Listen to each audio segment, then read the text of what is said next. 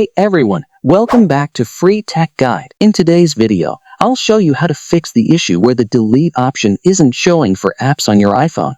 When we try to delete from home screen or from iPhone settings under the iPhone storage, let's get back the delete app option for all installed apps on your iPhone and delete from here as well.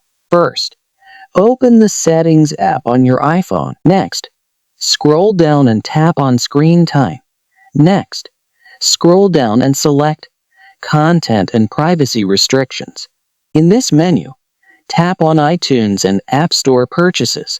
Look for the option labeled Deleting Apps and tap on it.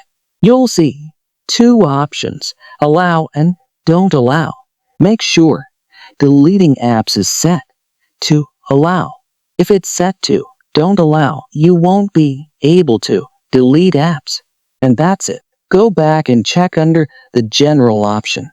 Select iPhone Storage and see the Delete App option is now available for TickTick in my example.